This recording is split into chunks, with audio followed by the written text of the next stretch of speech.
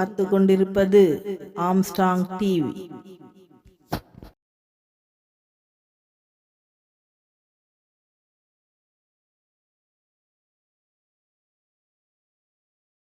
என் பேர் ராவுத் பிரசரி. எனக்கு வயசு 65 வயசுக்கு மேலாச்சு. நான் ஆவணியில் வச்சுக்கிறேன்.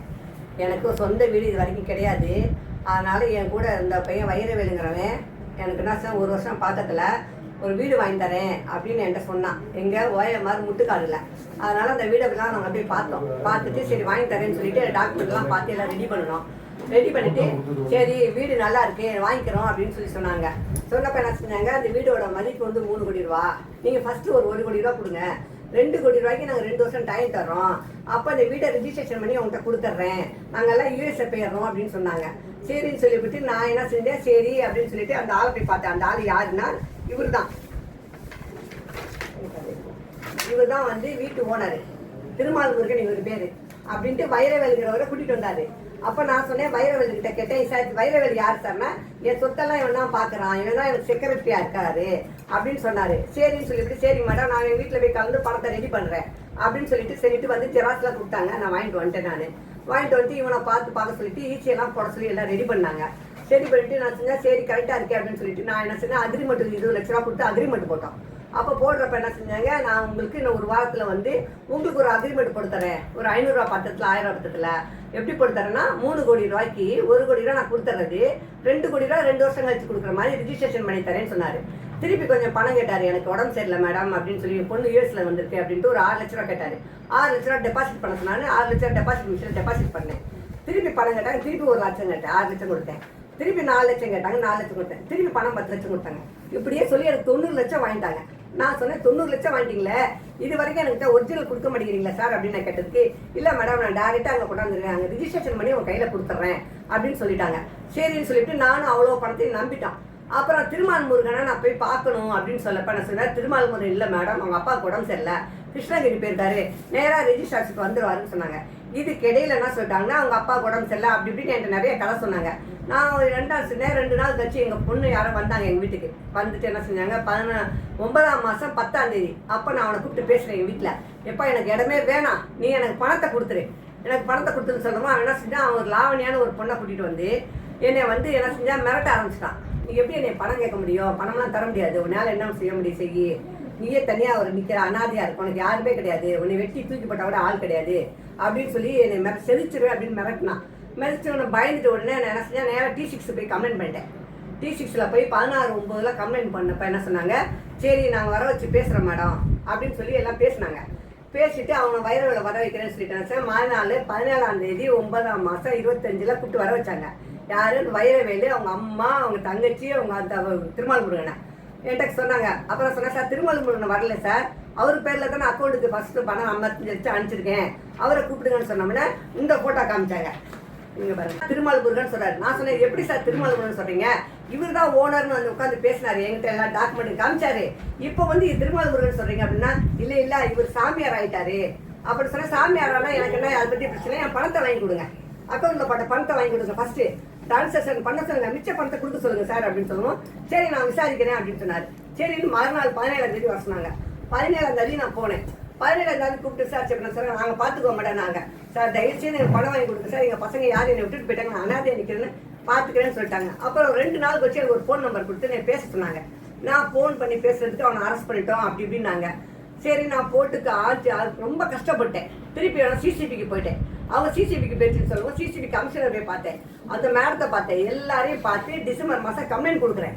அவங்க இது வரைக்கும் எந்த ரெஸ்பான்சிபிளும் எங்களுக்கு எடுக்கல, எந்த பதிலும் சொல்லலை. நான் அப்புறம் என்ன செஞ்சேன், பூந்தமல்லி கோர்ட்டில் வக்கீல் வச்சு நீங்கள் போடுங்க, அவங்க கொஞ்சம் நிறைய ரெக்கவரி பண்ணி வச்சுருக்காங்க அப்படின்னாங்க. சரி அந்த ரெக்கவரி பண்ணது எனக்கு கொடுங்க, என் கஷ்டத்துக்கு உதவும் அப்படின்னு சொன்னேன். ஆனால் இவன் என்ன செஞ்சிருக்கான், அந்த பணத்தை சொல்லியிருக்கான், அந்த என் பணத்தில் தான் ராவுத் பிரசரி மேடத்தை பணத்தில் தான் நான் வாங்கினேன், அதனால் அவங்களுக்கு கொடுங்கன்னு சொல்லியிருக்கான்னு சொன்னாங்க அவங்க. அதனால நான் ஒரு வக்கீலை வச்சு, ஸ்ரீதர்னு ஒரு வக்கீலை வச்சு அங்கே கோர்ட்டில் போட்டேன் நோட்டீஸு. அவங்க என்ன செஞ்சேன்னா உடனே டிஸ்மிஸ் பண்ணிட்டாங்க, ட்ரையலில் கூட வரல. அப்போ தான் நான் கேட்டேன், ஒரு ஸ்டார் ஷீட்டு போடலை, ட்ரையல் பண்ணலை, எதுவும் பண்ணாமல் எப்படி நீங்கள் இதை டிஸ்மிஸ் பண்ணுவீங்க, இப்போ எனக்கு பணம் இல்லாமல் நான் ரொம்ப கஷ்டத்தில் இருக்கேன்னு சொல்லவும் அவங்க என்ன சொன்னாங்க, நான் வாங்கி தரேன் அப்படின்னு சொல்லி சிசிபிலையும் சொல்லிட்டாங்கப்பா. அதுக்கு இடையில நான் எவ்வளோ ட்ரை பண்ண கொடுக்கல, போலீஸ்ல எனக்கு எந்த பாதுகாப்பு இல்லை, போலீஸுக்கு ஸ்டேஷனுக்கு கூப்பிட்டு போனாவே எனக்கு பயம் வருது. இப்போ ஏன்னா திருப்பி அவங்க ஏதாச்சும் எனக்கு பண்ணிடுவாங்களே, ஏன்னா தனிமையாக நிற்கிறேன் நான், யாருமே இல்லை, எங்கள் பசங்க இல்லை, எல்லாம் விட்டுட்டு போயிட்டாங்க, நான் அனாதையாக நிற்கிறேன்ப்பா நான். எனக்கு போலீஸ் ஸ்டேஷனுக்கு போகவே பயமாக இருக்குது. ஃபோன் எடுத்தவே போலீஸ் ஸ்டேஷன் போகணுவே நான் போக முடியல, பயமாக இருக்குது. ஆமாம், இது வரைக்கும் அந்த திருமால் முருகனை கூப்பிட்டு அந்த ஸ்டேஷனில் விசாரிக்கல, இது வரைக்கும் அவனை கூப்பிட்டு எந்த கஸ்டடியிலும் எடுக்கல. அவங்க போலீஸ்காரங்களே அந்த பணம் கொடுத்த பேரில் அக்கௌண்ட் அவங்க தான் ஃபுல் பாதுகாப்பாக இருக்காங்க.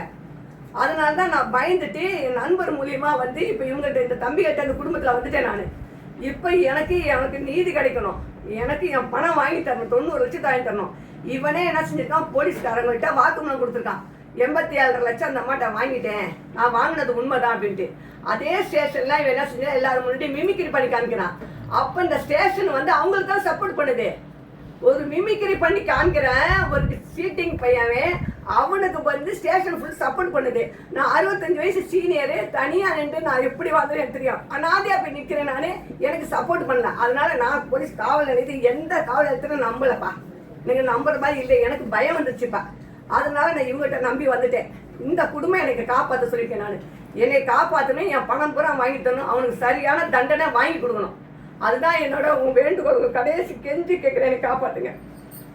திட்டமிட்டு பண்ண சரிதான் இது. இவங்க குடும்பமே பண்ணிருக்காங்கப்பா, இந்த குடும்பமே சேர்ந்து பண்ணிருக்காங்க. உங்களுக்கு எவ்வளவு நாள் பழக்கம்? உங்களுக்கு இந்த பையனுக்கு 1 வருஷம் பழக்கம். அவங்க கிட்ட பணம் இருக்குன்னு அவங்களுக்கு தெரிஞ்சிருக்கு, இவ்வளவு பணம் உங்ககிட்ட இருக்கு அப்படின்னு அந்த பையனுக்கு தெரிஞ்சிருக்கு. பணம் இருக்குன்னு தெரிஞ்சுக்கா இல்ல, நாங்க கொஞ்சம் வசதியானவங்க, நம்ம நான் ஆல்ரெடி நான் சென்சார் போர்டு மெம்பர், நான் சென்சார் போர்டு மெம்பர்ல சோனியா அம்மா கூட 18 நாள் நிறைய போஸ்டிங்லாம் பார்த்துட்டு எனக்கு வேணாம், எங்க வீட்டுக்காரங்க 2021 இறந்துட்டாங்க, அதனால ரொம்ப வெக்ஸ் ஆகிட்டு நான் அப்செட் ஆகிட்டு எதுக்குமே போகாமல் ஒதுங்கிட்டேன், எதுலையுமே வேணாம் ஒதுங்கிட்டேன் நான்.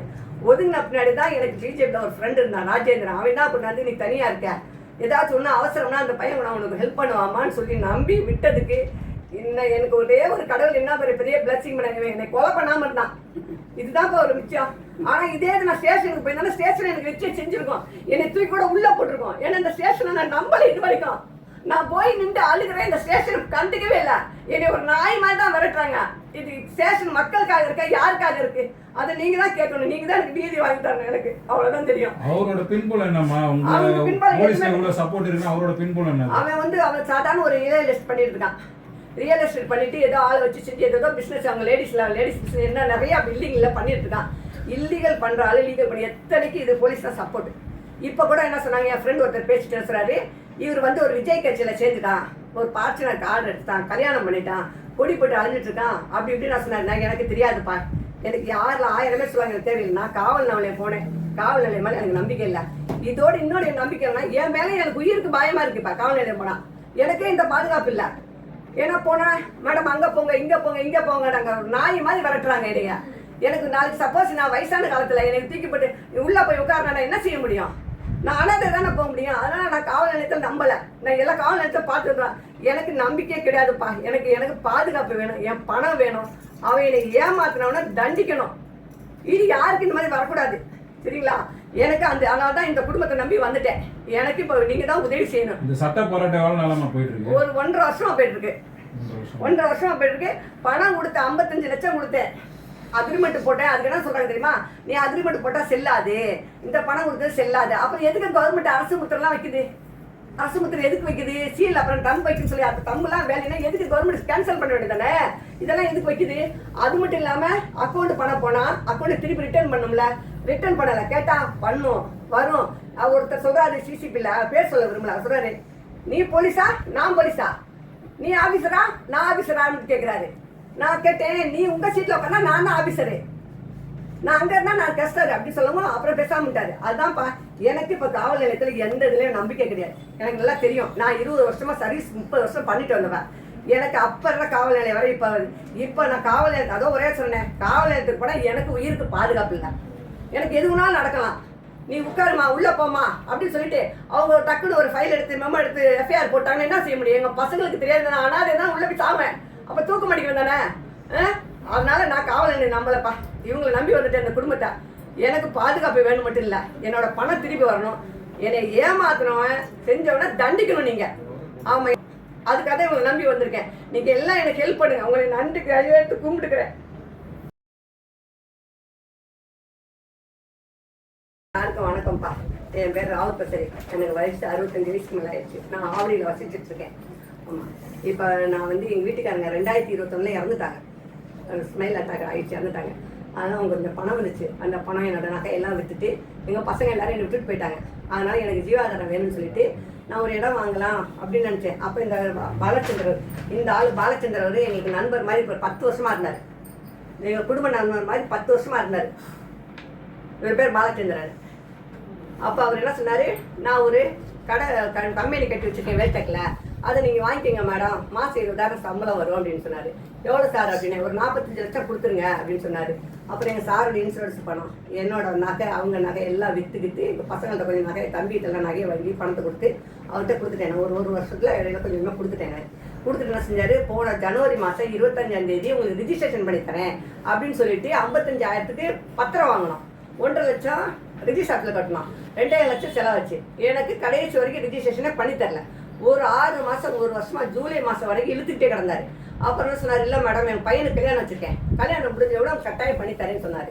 அப்போ அவங்க பையன் கல்யாணத்துக்கு பணம் கேட்டார், 10 லட்சம் கேட்டார். தாலி செயினும் நான் தான் கூட்டிகிட்டு போய் எடுத்து கொடுத்தேன். தாலி செயினை 5 பவுனுக்கு தாலி செயின் எடுத்தேன். அப்போ இவருக்கு பாலச்சந்திரன் இருக்கார் பாருங்களா, ஒரு ஒய்ஃப் வந்து கீதா, இவர் டீச்சராக இருக்காங்க, கவர்மெண்ட்டில் ஸ்கூலில் டீச்சராக இருக்காங்க, மாதம் 1 லட்ச ரூபா சம்பாதிக்கிறாங்க. அப்புறம் வந்து இவருக்கு வந்து டெலிஃபோன் எக்ஸ்டாண்டாக ஒரு வாட்டர் கம்பெனி இருக்குது, அதுக்கு மாதம் 1 லட்ச ரூபா வாடகை வருது. இவங்க பையனை கொண்டு போய் பெங்களூர்ல செட்டில் ஆகிட்டாரு, மாதம் 1 லட்ச ரூபா வருது. நல்ல பணம் நிறையா இருக்குது, சொந்த வீடு இருக்குது, கார் வச்சுருக்கான், நெக்ஸான் கார் வச்சுருக்காரு. இவ்வளோ பணம் வச்சு செஞ்சுருக்காரு. நான் சொன்னேன், சார் கல்யாணத்துக்கு இவ்வளோ எல்லாம் பண்ண செஞ்சு எனக்கு 55 லட்சம் கொடுத்துருக்கேன், எனக்கு பணம் கொடுங்கன்னு சொன்ன பின்னாடி தான் என்ன செஞ்சார், 24/12 அந்த இடம் வாங்குறவர் வந்து என்கிட்ட பேசுகிறாரு. இந்த மாதிரி ஒரு வீடு, அந்த வீட்டில் வச்சு பேசுகிறாங்க. அப்போ ஒருத்தர் வந்து ஹெல்ப் பண்ணுறாரு எனக்கு, மேடம் பணம் கொடுக்க போகிறாங்க, நீங்கள் போனீங்கன்னா வாங்கிடலான்னு எனக்கு ஒரு பாஸ்டர் ஒருத்தர் இருந்தார். அவர் கூட கூட்டிகிட்டு போனேன். நான் காலையில் 7 மணிக்கு கிறிஸ்மஸுக்கு முன்னாடி போனப்போ என்ன செஞ்சார், பேசி வைக்கிறப்ப அவங்கெல்லாம் வந்துட்டாங்க. அப்போ என்ன சொன்னார், மேடம் நீங்கள் ஒரிஜினல் பத்திரம் நீங்கள் தானே வச்சுருக்கீங்க, நீங்கள் கொடுத்துருக்குற நான் யார் சொத்து எங்களுக்கு வேணாம், நான் கொடுத்துறேன், எனக்கு பணத்தை கொடுங்கன்னு சொன்னேன். சரி வாங்கன்னு சொல்லிட்டு நாங்கள் என்ன செய்யறோம், பேங்க் ஸ்டேட் பேங்க்கு கூட்டிகிட்டு வந்து 35 லட்சம் பணத்தை கொடுத்தோன்னா அந்த ஒரிஜினல் கொடுத்துட்டு மிச்சம் எவ்வளோ சார் பணம் தருவீங்க அப்படின்னு சொன்னேன். ரிஜிஸ்ட்ரேஷன் பண்ணுறப்ப கொடுக்குறேன்னு சொல்லிட்டு 5 லட்சத்துக்கு செக் கொடுத்தாரு. சரி எப்போது 30/1/2026 ஒரு 5 லட்சம் செக் கொடுத்தாரு. சரின்னு சொல்லிட்டு நான் வாங்கிட்டு வந்துட்டேன்.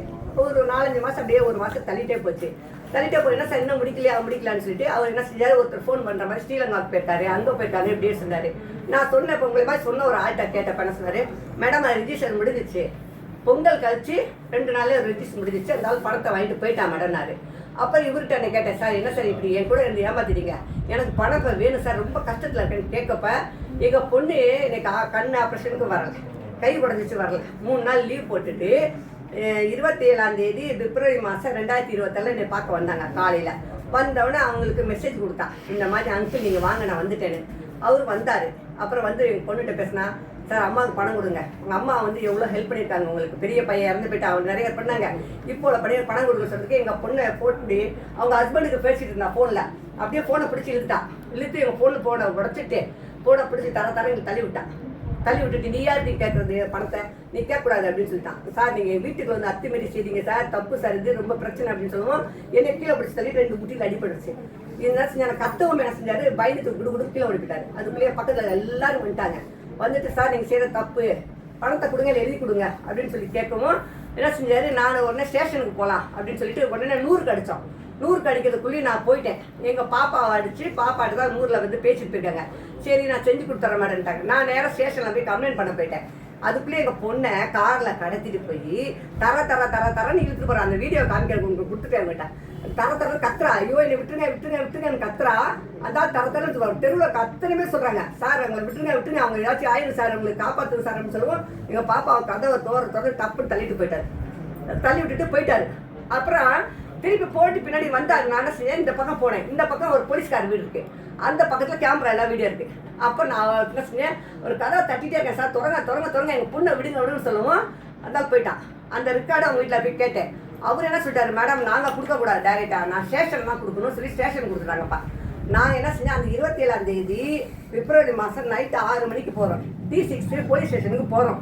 நானே என் டாக்டரு இன்னொரு ஃப்ரெண்டு 3 பேர். இப்போ எனக்கு ஒரு கீழே விழுந்துட்டேன், அடிபட்டுட்டேன், உயிருக்கு ஆபத்து. அப்படின்னா என்ன செய்வீங்க நீங்கள்? ஒன்று ஃபர்ஸ்ட் எய்டு கொடுப்பீங்க, இல்லை அதுக்கு என்ன ரெமடின்னு கண்டுபிடிப்பீங்க. எதுவுமே சொல்லலை. போலீஸ் ஸ்டேஷனில் என்ன சொல்லிட்டாங்க, சரி விடுங்க, நீ போன தப்பு தான், நீ தெரியாமல் போயிட்ட, சரி சாரி கேளு, முடிஞ்சு போச்சு, நீ போனது தப்பு தான், அவங்க செஞ்சது தப்பு தான், விடுங்க மேடம், நீங்களும் ஒரு பெரிய குடும்பத்தில் நல்ல நண்பராக பழகிருக்கீங்க, விட்டு மறந்துடுங்க, இது பேச வாபஸ் வாங்குங்க அப்படின்ட்டாரு. நான் வாசம் வாங்க முடியாதுன்ட்டு. ஆனால் கடைசியில் சொல்லிட்டேன், சார் உங்கள் ஃபேமிலியில் நடந்தால் நீங்கள் என்ன பண்ணியிருப்பீங்க, இதுக்கு என்ன சார் ஸ்டெப் எடுத்திருப்பீங்க அப்படின்னு கேட்டப்ப அவங்க சொன்னாங்க, இல்லை மேடம் இதெல்லாம் பெருசாக வேணாம், நீங்கள் இதெல்லாம் பெருசாக வேணாம், பெருசாக செய்ய வேணாம், நீங்கள் விட்டுருங்க நாங்கள் பார்த்துக்கோன்னு சொல்லிட்டு எங்ககிட்ட எழுதி கேட்டாங்க. நாங்கள் எழுதி தர முடியாதுன்னு சொல்லிட்டோம். நீங்கள் வாபஸ் வாங்கணும்னு சொன்னாங்க, வாபஸ் வாங்க முடியாதுன்னு சொல்லிட்டோம்ப்பா. அதனால எனக்கு போலீஸ் ஸ்டேஷன் நம்பிக்கை இல்லை. இவ்வளோ ஒரு உயிர் பலி ஆகிற நேரத்தில் ஒரு காரில் போகிறப்ப எங்கள் பொண்ணுக்கோ எனக்கோ ஏதோ விழுந்து நான் செத்துட்டோம்னா இந்த போலீஸ் காவல் நிலையம் வந்து எனக்கு உதவி செய்யுமா, என் குடும்பத்துக்கு உதவி செஞ்சுருக்குமா? ஸோ வருவாங்களா? கடைசியில் டெத்துக்கு தூக்கிட்டு போகிறப்ப போஸ்ட்மார்ட்டத்துக்கு அடுத்து கூறு போடுறதுக்கு தான் இந்த ஸ்டேஷன் வந்திருக்கும். சொல்லுங்க. அதனால எனக்கு காவல் நிலையம் மேலே நான் சொல்றேன், முதல்ல சொல்லிட்டேன், காவல் நிலையம் மேலே எனக்கு நம்பிக்கை கிடையாது. என்னைய கூப்பிட்டு விசாரிக்கிறப்ப கூட என்ன செய்வாங்க, நீங்கள் உள்ளே போன்னு சொல்லுவாங்க, ஏதாச்சும் பேப்பரில் எழுதி உள்ளே தள்ளி விட்டுருவாங்க. எனக்கு காவல் நிலையம் மாதிரி எதுவும் கிடையாது. நான் இந்த குடும்பத்தை நம்பி வந்துட்டேன், சரிங்களா? இந்த மீடியா குடும்பத்தை நம்பி வந்துட்டேன். இவங்க தான் எனக்கு இப்போ ஃபுல் பாதுகாப்பு கொடுத்துட்ருக்காங்க. எனக்கு நியாயம் கிடைக்கணும். இவனுக்கு மாதம் 4 லட்சம் 5 லட்சம் வருமானம் வருது. இவங்கிட்ட இருந்து எனக்கு பணத்தை வாங்கி கொடுக்கணும். இவன் எல்லாரும் முன்னாடி வந்து இவன் என் காலில் விழுகணும். இதுக்கு இந்த மீடியா மற்ற கொண்டு எல்லாரும் அதே மாதிரி எனக்கு நடந்தது எந்த குடும்பத்தை இந்த பொண்ணுங்களாண்ட. நான் 65 வயசுல இவ்வளோ வயசான காலத்தில் ஒரு அம்மா ஸ்டேஜுக்கு மேலே இருக்கு. எனக்கு ஒரு ஸ்டேஷனில் காவல் நிலையத்தில் வந்து ஒரு பாதுகாப்புனா மற்ற யார் காவல் நிலையம் பாதுகாப்பு கொடுக்கணும் நம்மளுக்கு? சொல்லுங்க. யாரை பாதுகாப்பு நட்டு கொடுக்க? பொழுது நிற்க மட்டும் வர முடியுமா? நானே சொல்லுங்க. பொழுது வந்து நிற்க முடியுமா? அப்புறம் எதுக்கு காவல் நிலையம் நம்மளுக்கு இருக்குது? அதனால நான் காவல் நிலையம் மேலே எனக்கு நம்பிக்கை கிடையாதுப்பா. எனக்கு நியாயம் கிடைக்கணும், நீதி கிடைக்கணும், எனக்கு என்னோட பணம் வேணும். அதாவது குற்றம் செஞ்சவங்க சரியான தண்டிக்கணும். இந்த தண்டனை எல்லாரும் பயப்படணும். இதுக்கு நீங்க மீடியாக்காரங்க எல்லாருமே எங்களுக்கு உதவி செஞ்சு ஹெல்ப் பண்ணணும். என்னையே காப்பாத்தி விடுங்கப்பா. அவங்களை கையெடுத்து கும்பிடுறேன்ப்பா. ஆமா.